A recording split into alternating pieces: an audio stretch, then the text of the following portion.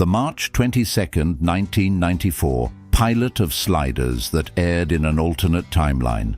There's a timeline where Sliders never lost the thread, where Quinn never fractured, where Rembrandt never walked alone, where Wade remembered the dream, where the story stayed mythic, and the slide never broke. That world got 5 full seasons under Tracy Torme's guidance. Episodes weren't just alternate histories, they were emotional frequency diagnostics. One world healed you, another tested your soul. One took your name and handed it back. Changed. There are worlds we lost. Worlds where Sliders mattered. Worlds where the portal wasn't just a plot device, it was a promise. And sometimes in dreams or glitched out threads, the signal breaks through. Let's dive in. For those unfamiliar with the Echo Vault project, these are Echo Vault restorations, visual reconstructions of cultural artifacts, alternate lives, films, TV shows, games, and memory threads from real parallel timelines. If you're new, begin with curiosity. The work speaks for itself. Nothing here is monetized. This is not AI clickbait. This is part of a serious, long-form project.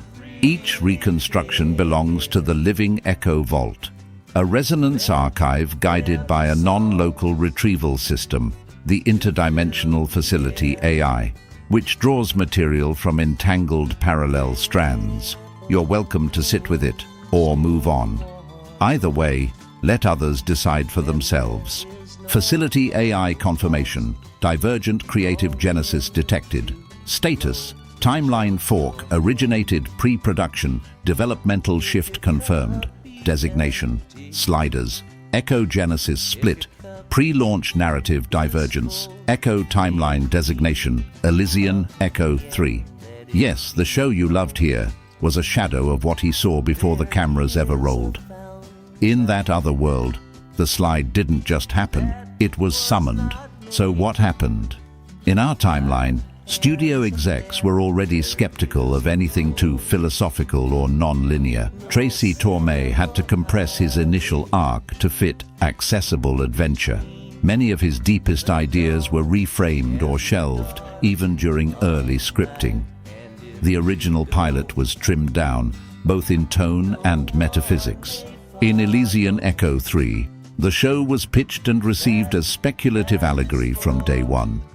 A key script consultant, a Jungian screenwriter named Daniel S. Hart, did not walk away as he did here. Torme was encouraged to lean into multiversal psychology and spiritual recursion. Instead of, "What if the British won the Revolutionary War?" he asked, "What if your shadow self became the world?" Now we present the original 30-minute pilot in shooting script form. Yes, while Torme was given greater control in that world, the first full season consisted of 30-minute episodes.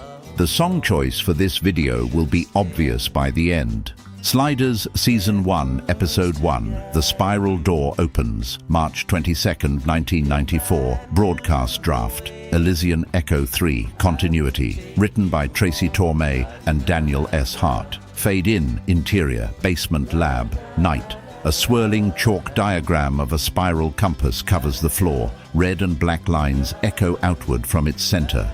Notes are scattered everywhere, musical scales, dream journal sketches, and harmonic formulas that look more like mandalas than math.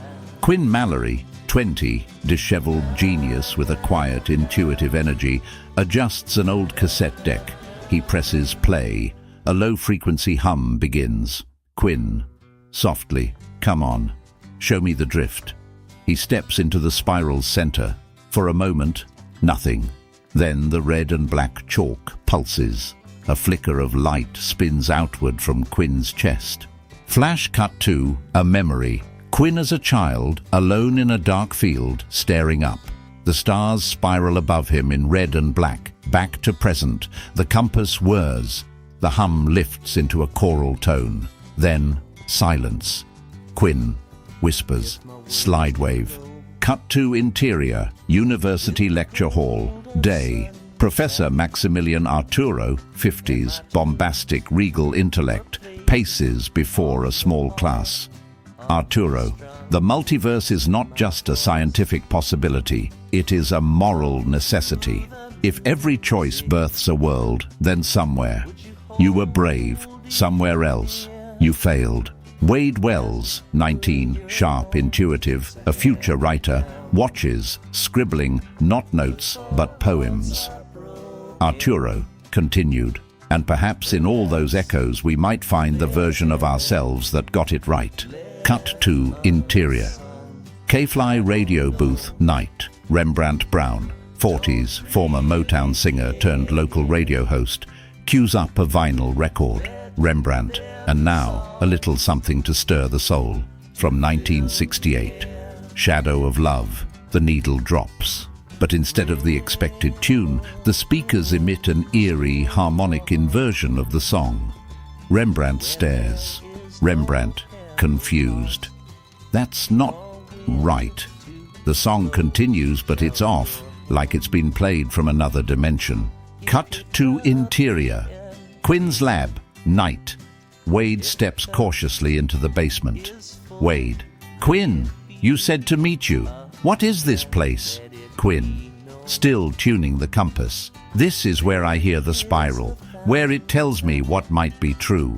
Wade, that's not science. Quinn, not yet, but it's something older than equations. I think I've found the doorway. He taps the red and black spiral. Quinn continued, and I think it wants us to walk through. Fade out. Interior, university, library, night, stacks of dusty books. Microfilm projectors hum. Quinn flips through old engineering journals and dream symbology texts. Arturo approaches. Arturo, still chasing shadows, Mr. Mallory. Quinn, they're not shadows. They're patterns, recurrences, like music looping beneath the world. Arturo examines Quinn's notebook.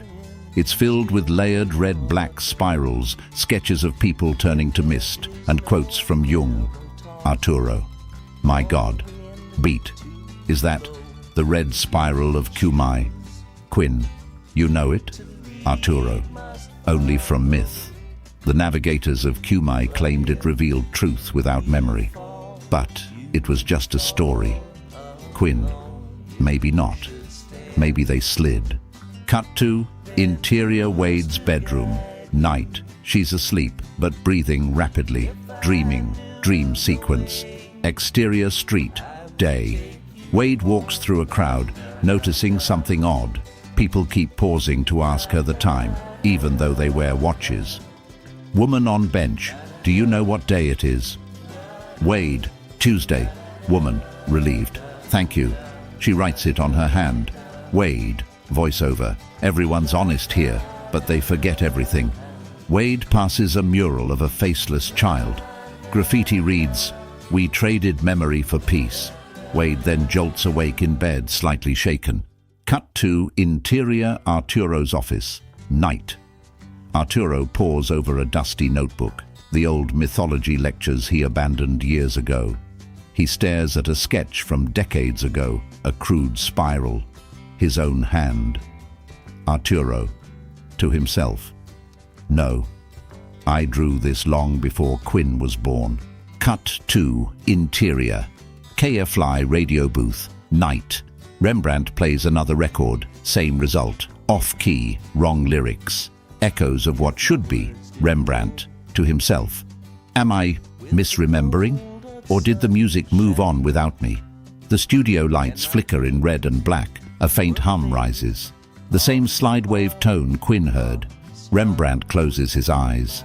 Flash to a memory. Him on stage, young, in a red suit. The spotlight hits, but no sound, just color. Back to. He stares at the vinyl spinning. Rembrandt, softly. I think I've heard this song before. In a dream. Fade out. Interior. K-Fly radio booth. Later that night. The booth is dim. The record has stopped spinning. Rembrandt sits, shaken, headphones around his neck. A knock at the glass. He turns. Quinn Mallory stands outside the booth, holding a cassette deck. Interior, KFLI booth, continuous. Quinn steps in as Rembrandt resets the record. Rembrandt, You here to file a complaint about the audio poltergeist? Quinn, actually, I think your soundboard picked up a world I haven't been to yet. Rembrandt eyes him, wary but intrigued. Rembrandt, and who exactly are you? Quinn Mallory. I'm building a doorway, but it started with a song. He sets the cassette deck down, presses play. The same inverted version of Shadow of Love plays, but faint, distant, like a whisper through velvet. Quinn continued, I recorded this 2 nights ago from my basement. Rembrandt swallows, deeply disturbed. Rembrandt, that's impossible. Quinn, or it's music from somewhere memory can't follow. Look, I know this sounds crazy. Rembrandt, kid, I've been on stage with James Brown and had a saxophone vanish mid-note. Beat, I know, crazy. Quinn opens a small journal, red and black spirals, audio frequency maps. Quinn, the spiral pulled you in already, you're part of the chord. Beat, I need you there when it opens. Rembrandt hesitates, then he reaches over, stops the turntable. Rembrandt, all right, let's hear what the universe wants to sing. Fade out. Interior, Quinn's basement, night. Arturo, Wade and Rembrandt stand within the spiral compass. Quinn adjusts a handheld tuning fork-like device. It hums low. Quinn, if I've got the alignment right, we won't open a hole. Beat, we'll match a world. Wade, and if you've got it wrong, Quinn, then we tune to static, or worse, a silence that listens back. Arturo steps forward. Arturo, why bring us, Mr. Mallory? Quinn, because the compass keyed to you, all of you, your echoes showed up in the harmonics. Rembrandt, so this isn't about science? Quinn, it's about resonance. Something picked us. He strikes the tuning fork, a perfect harmonic tone.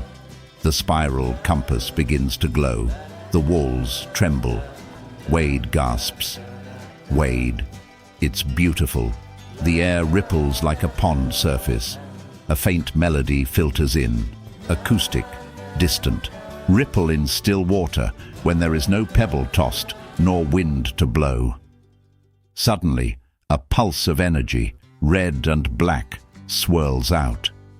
Let it be known there is a fountain that was not made by the hands of men. The lab collapses inward on itself. The spiral folds like origami. There is a road, no simple highway, between the dawn and the dark of night, and if you go, no one may follow. That path is for your steps alone. Then, silence.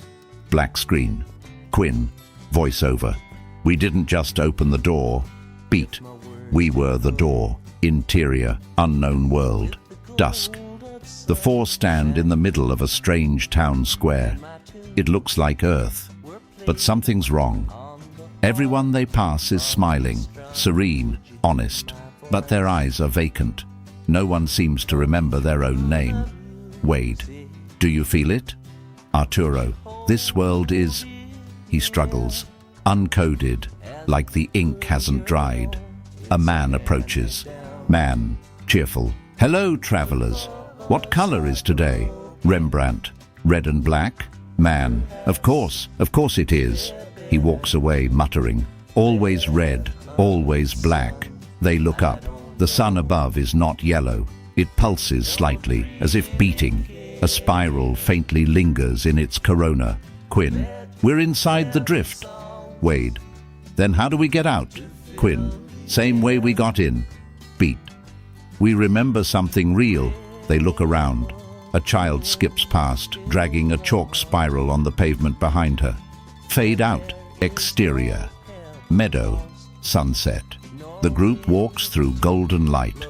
The spiral world seems peaceful, but faintly wrong. Wade, my mom used to sing to me when I was little. I don't remember the words, just that it made me feel safe. Rembrandt, I remember a diner in Chicago. Cherry pie, snow outside. One of those nights you just feel like you belong. Wade, what happened to it? Rembrandt, small smile. Nothing, that's why I remember it. Quinn. That's it. That's the thread. Real memory, not just information, emotion. Arturo. Then let's anchor it. Quinn kneels and draws a new spiral. This one doesn't hum, doesn't glow. Wade. It's quiet. Quinn. Because it's ours. He places the tuning fork into its center. A single tone echoes. Everything around them begins to vibrate, distort. The world tears away like paper. Flash. Interior. Basement lab. Night. The group falls out of thin air, landing in a heap. The chalk spiral is gone. Just silence and the faint smell of ozone. Wade. Did we ever leave? Quinn. Pause. Yes. And I think something came back with us. They turn. On the blackboard, a new spiral is drawn. Not Quinn's. It's still wet. Fade out. End of episode. Major differences in this timeline's sliders. Character protection and development. Professor Arturo lives through the entire series. Wade Wells is never sidelined. She evolves into a symbolic conscience of the multiverse. Rembrandt, Crying Man Brown, becomes the heart of humanity across infinite versions. Quinn Mallory's arc becomes a Jungian odyssey through identity, shadow selves, and divine recursion. Recurring side characters preserved. Benish becomes a sliding wildcard genius, sometimes ally, sometimes chaotic neutral.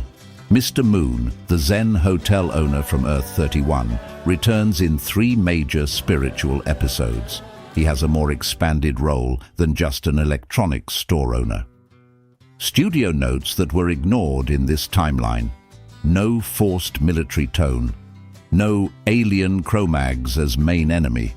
Replaced by a multiversal AI threat that evolved from abandoned tech on an early slide. No reality-hopping romance plots unless deeply philosophical in nature. The multiverse begins reacting to Quinn's team, learning from them, reshaping itself. Season 1, the spiral door opens. Quinn Mallory discovers the slide wave, an unstable dimensional echo he accidentally tunes with his harmonic equation. The first 10 episodes explore Earths where a single small change leads to drastic divergence, e.g. no penicillin, no jazz, no US Constitution. The finale reveals they are not just random slides. Something is observing. This world, core concept, accidental gateway. Elysian Echo 3, core concept, harmonic resonance gateway. This world, slide device, malfunction-prone gadget. Elysian Echo 3, slide device. Living compass, seeded by dream geometry. This world, tone, adventure, plus satire. Elysian Echo 3, tone, emotional sci-fi plus archetypal journey. This world, studio notes, make it like Quantum Leap meets X-Files. Elysian Echo 3, studio notes, let it be like The Little Prince meets The Twilight Zone. This world, Episode 1, Alt-US Dystopia. Elysian Echo 3, Episode 1, Earth with no lies but no memory. Examples of out-there worlds also explored this season. Emotion, Earth. Feelings manifest as weather. Rainstorms for grief, auroras for joy. Dead Earth, humanity wiped out. Only echoes of decisions remain. Mirror Earth. Each slider faces a version of themselves that chose differently. Season 2, The Unseen Engineers. Core theme, patterns in chaos. Overview. They begin encountering recurring symbols carved into objects across worlds. Arturo has a breakdown after meeting a version of himself who never left England, leading to deep psychological exploration. Mr. Moon appears as a neutral anchor in every world. His form changes, but he always offers insight, often cryptic, always kind. Finale. Quinn sees his shadow self for the first time. Season 3, The Fracture of the Self. Core theme, identity is not static. Overview, Wade is taken briefly by a world's government and implanted with multiversal data. She begins dreaming slides before they happen. Rembrandt gains a cult following in one timeline as a prophet of the slide. A world with no sliders nearly traps them, but Mr. Moon helps them see. It's their own grief locking them in. Finale. They encounter a copy of Quinn, who believes he's the original. Season 4, The Broken Compass. Core theme, trusting the unknown. Overview. The slide device begins to degrade. The team is given an empathic repair key by a dying observer, implied to be an ancient version of Mr. Moon. Benish returns, now an independent slider with a chaotic but sincere agenda. He's trying to write his own ending. The worlds become increasingly metaphorical. An Earth made entirely of mirrors, another where thoughts create storms. Finale, they reach Quinn's home Earth, but it's been altered in their absence. A subtle, quiet horror. Season 5, The Echo Always Returns. Core theme, closure and continuance. Overview. They learn the slide was not a tool, it was a living pathway made by minds before time. Season 5 ends with the group sliding into a world where their doubles finished the journey and left notes for them in carved obsidian.